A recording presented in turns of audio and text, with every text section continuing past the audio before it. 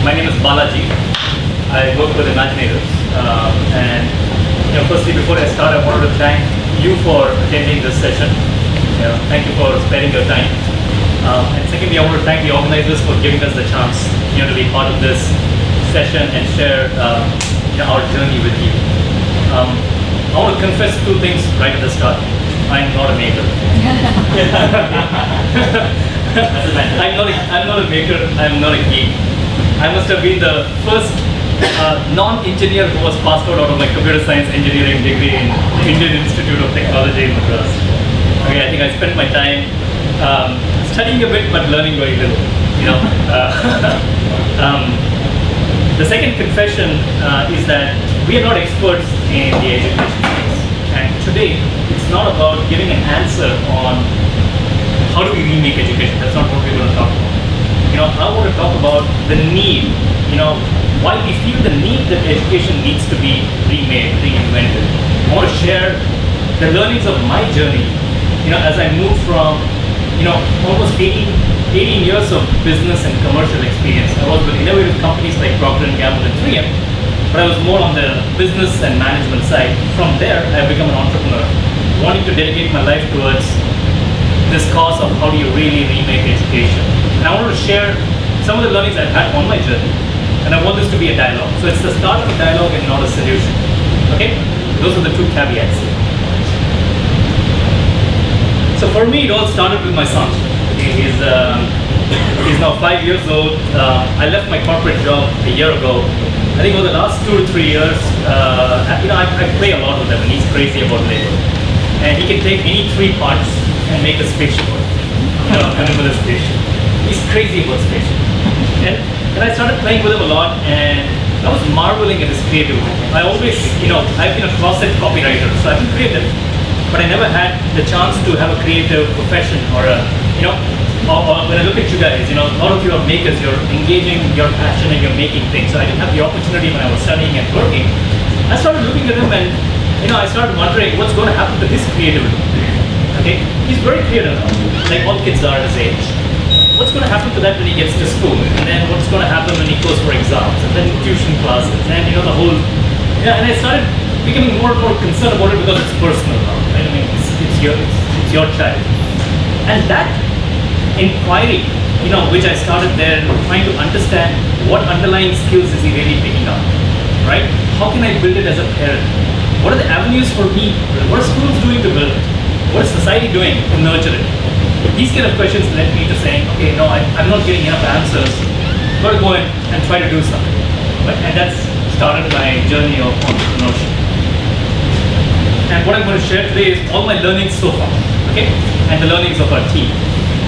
So over the last year, I've spent countless of hours talking to parents, seeing kids in schools, going and discussing with teachers, attending education conferences, looking at research. We have built up a small team now of experts who are helping us. And at the end of it all, if I take a step back, I think for me, it's very clear that we are born joyful learners and joyful self-directed learners. Okay? Every kid is a scientist or an explorer or an architect or a builder or a storyteller, playwright in the making. We are born like that. Just think about this. We learn something as complex as language. Okay?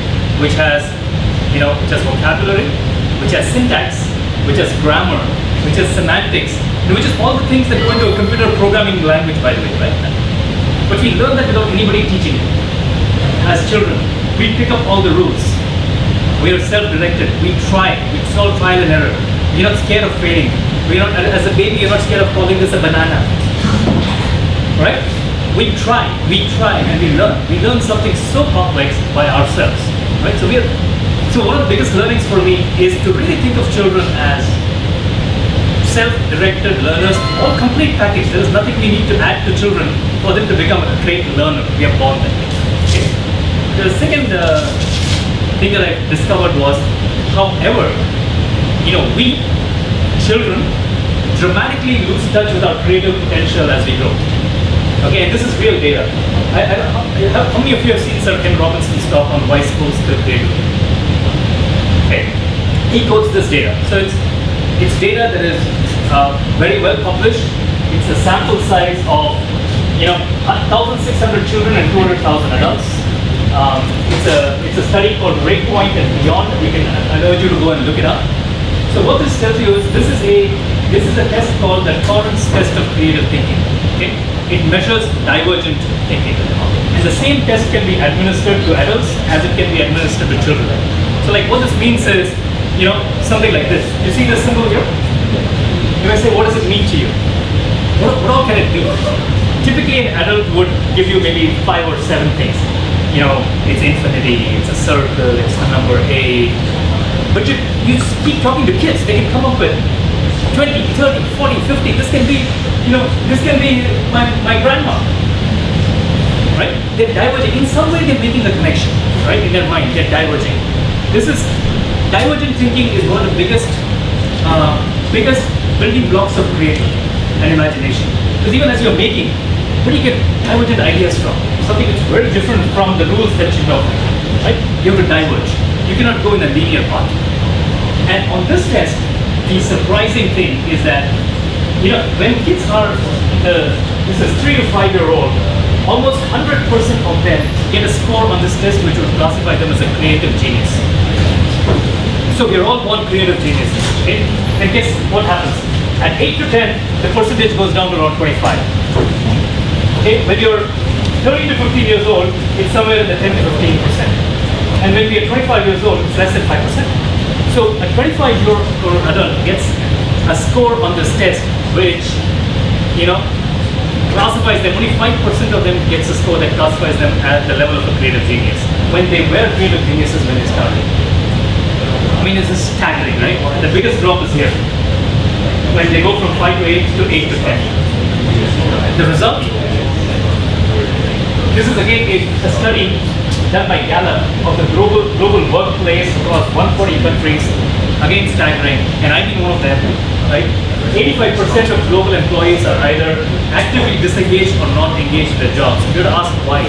I mean, this is not an exception, this is the rule. Why is that happening? And I believe it's happening because as adults in our jobs, we don't have the opportunity to be in touch with our creative side. To create, to make, to learn in a directed way, which is doing things in an instructional way.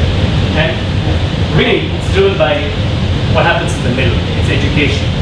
Okay? And for those who haven't seen Sir Ken Robinson's talk, I would really urge you to see it. It's the #1 viewed talk, on TED. More than 31 million views. When I picked up this photo, it must be more than a few more million views added since then. But you can see, Calvin and Hobbes. So many people recognize Calvin and Hobbes. I love Calvin. Oh yeah, it's so cool. So look at this.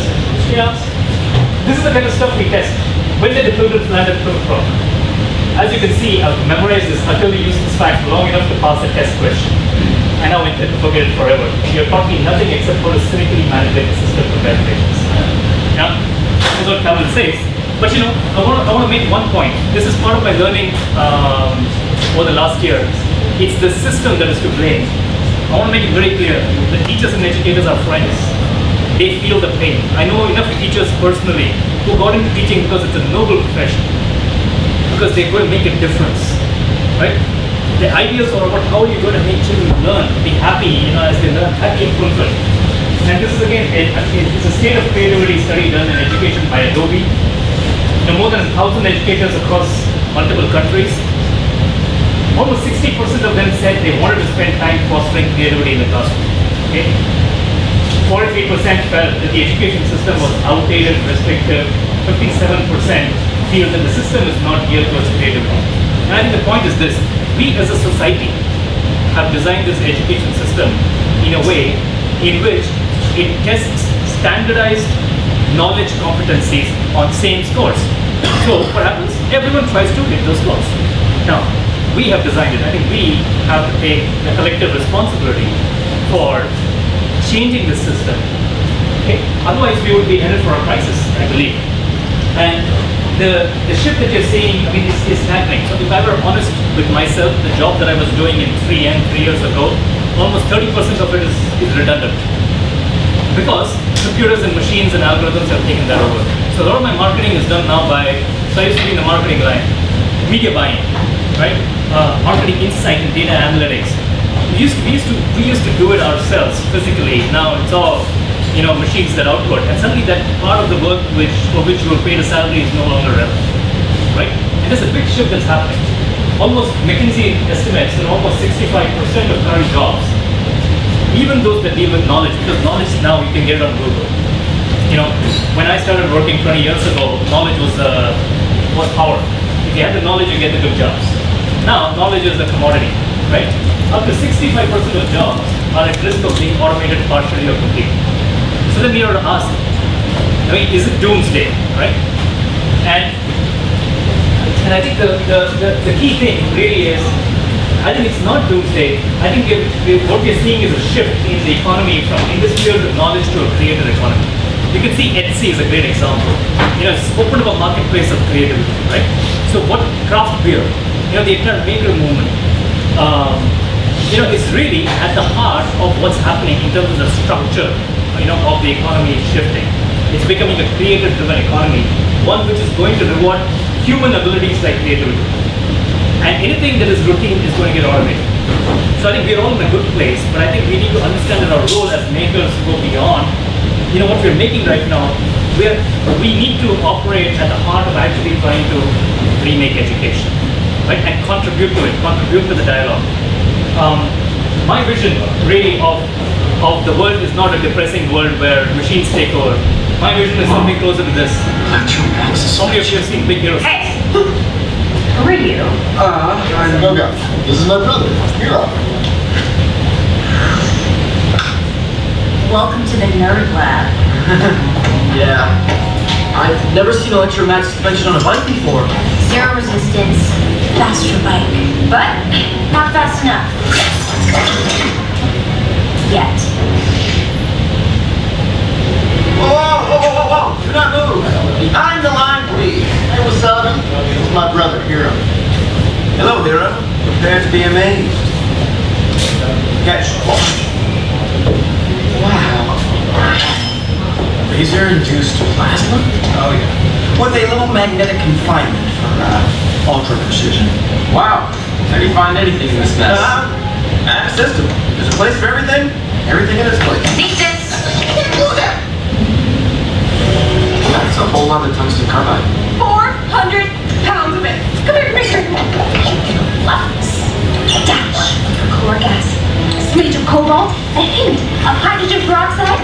Super heat. 500 Kelvin and... Ta-da! It's pretty great, huh? So, pink. Here's the best part. Whoa. I know, right? Chemical metal embrittlement. So you get and this is Disney, predicting, a vision in a way of where things are going, and they made this specifically as a recognition of where the maker movement is going. That's the backstory, right? So we see a future where, if we develop the imagination and creative, as a society, we develop the imagination and creative potential inherent in each child, and help them become the creators and innovators of tomorrow. So that's what we have set ourselves to be part of and help with. We are a Singapore-based edtech startup. We're focusing on kids 3 to 12 years old because that's where they're most creative and imaginative. We want to help build a community, we are a platform, we want to work with everyone because creativity is so vast. If in my lifetime, if we can contribute so much, I'd be, fulfilled. This is a growing team of Imagin8ors. We are based in Singapore and Chennai right now. We are working with partners like 12 Geeks. You may recognize some people. William, helps with part of our team to help connect and support us. We partner with parents. Our entire model is recognizing in this age group, 3 to 12 years old, parents are the first teachers. And parents need to, nobody takes responsibility for nurturing creativity. Schools can't do it. Parents need to do it. And there are many parents out there who want to do it, but they don't know how to do it, right? So we partner with parents. What have we done so far? We've just incorporated 4 months ago. We've been in this journey for the last year, as I told you. We conduct experiences or workshops where parents and kids build, make, and create things together. Examples, microbots with pipe cleaners, other materials, vibrating motors, LEDs, where we mix art, craft, and science tech at a group. What makes sense for that age group, right? Paper circuits, but done in different ways. So, as an example, would be reindeer, but then you can do electricity, houses. Just taking toys which work with LED lights, right? Taking this, getting them introduced to to a little bit of science and technology, and as you go a little older, experiences where it's not just about learning scratch programming, but here is an experience where the parent and the kid come into the workshop, each imagines each other as a superhero, okay? And then they actually design the superhero. Where they draw it out, where they design it, they storyboard it, they imagine, okay? And then they work with facilitators to create, okay? Here's another workshop where parent and child come to the workshop. They use a makey, okay, which is a printed circuit board which helps you take the inputs, the keystrokes out into the real world by connecting it to anything that conducts. Okay, so they come in, they make their own guitar. Okay, they learn how to use the makey on their own, and then they connect it up to the makey and jam together with guitar here. We also do pop-up maker spaces. Yeah. Some of our learnings, and I think this explains how we work. So all these are, in itself, there are many such activities that are going on. But I think what we try to do very differently, is firstly we go very young. We are in the space where we are ready to work with 3-year-olds, 4-year-olds, and we're trying to figure out, what experiences, can create that spark in them to want to create, want to make, to continue doing that, to be, use technology in a way in which they can infuse that with their art, craft, music, dance, any other interest that are. So we are creating a lot of experiences. So these are 4 that we showed you. Hopefully, if you come here 6 months down the line, we may have 20, 30 experiences. A year down the line, hopefully we'll have 100 such experiences that we can create. Right? The second one is, we treat the parent as a co-learner and a coach. Okay, the parent is not there. The parent is there exploring together with the child. And the philosophy really, and this is what we learned, the best way for a parent to take responsibility and engage with the child on nurturing creativity and imagination is to become a child, right? To learn with the child, do with the child. So our typical workshops go like, there's no instruction. You come into one of our experiences, you have a facilitator like say Matthew here in our team, who will take you to your desk. There are materials kept there, it's free form, you just go and start doing it. There is nothing that tells you what to do and how to do, they just give you guardrails. Hey, you're gonna make a guitar, and you're going to connect it up with this makey and play guitar hero. That's the broad direction we give. And then they start doing it themselves. And our facilitator's role is just to get in if they need help. So it's the same self-directed learner philosophy. And you'll see, when the parents and the kids come in, the parents are looking confused. What's this? There is no instruction. And the kids are going for it, because they've seen the stuff, they don't need anything, they're already doing stuff, and the parent sees them do stuff, the kid starts asking for help at some point in time, then the parent starts getting involved. Then we get the parent out at that stage and say, hey, in terms of your role, we'd love you to play the role of a co-learner. Why don't you become a child for this experience? And then why don't you become a coach? Just help the child, if the child needs help. Be a coach, don't instruct, don't solve it for them. If they have a problem, throw it back to them. How would you solve it? Ask questions. Get them to think differently. So we want them to experience that in the experience. And we find that being a very powerful thing. It takes time for the parent to get into that mode, but once the parent understands that and he or she sees the value in being a coach, it's very powerful. Both in terms of the bonding and in terms of the parent opening up their minds to say, hey, this thing is important. There's a different way of learning. Right? And I want to encourage that. So that's directed play. Our stations are extremely messy. It's all about free play, and that's the essence of the maker moment, I think. And it's all about doing things, right? And figuring it out. Our last couple of learnings for us is really everyone is creative. Yesterday I was with a young maker here, and he asked me, do you think some people are more creative than the others? And I said, I don't believe that. I believe that everybody is creative. Some people are more in touch with their creativity than others, right? And we see that. Singaporeans are not creative. Headline, right? Hey, we've had 200 people in Senja Cashier CC coming and doing stuff, and I look at the output and it's wonderful. And when they start off, they say, no, I'm not very creative, I don't want to do this, right? then you get them to do it, and the output is fascinating. So everybody is creative, and the person who says Singaporeans are not creative needs to come and talk to us. Right? And the last piece is really, we are a small team, but we have benefited so much from the generosity that the maker movement has. Right? Even before we started, we had William Hui helping us. We had Rita welcoming us into OMG. We have so many facilitators who we don't pay. They come and volunteer and help us for the programs to get us started. There are co-creators who are coming in and designing experiences along with us, saying, hey, let's make. And my point really is, this remaking of learning and education is a big, long journey. The only way we will be able to do it is if we stick together. And to that extent, I think my last slide, and I know you're timing me, the point that I wanted to make was, as we move forward, we're just learning still on what are the things that work in terms of remaking learning. As we move forward, we would want to design lots more experiences. We are also thinking about digital solutions that we can provide, which will supplement the physical solutions to help kind of start helping the parents become a coach, to nurture creativity and imagination in the child outside of these experiences at their homes. Right? So we're working on solutions like that. We would love to collaborate with everyone. I think I would summarize by saying I'm not a maker, but I realized through this journey that I'm a maker of a different kind. My experience really is in making teams, making organizations more commercial.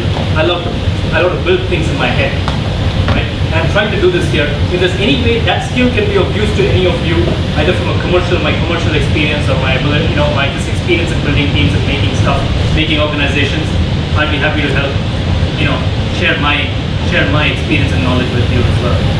And I hope that we can together collaborate and try and try to make a small dent in this problem. Thank you so much for joining.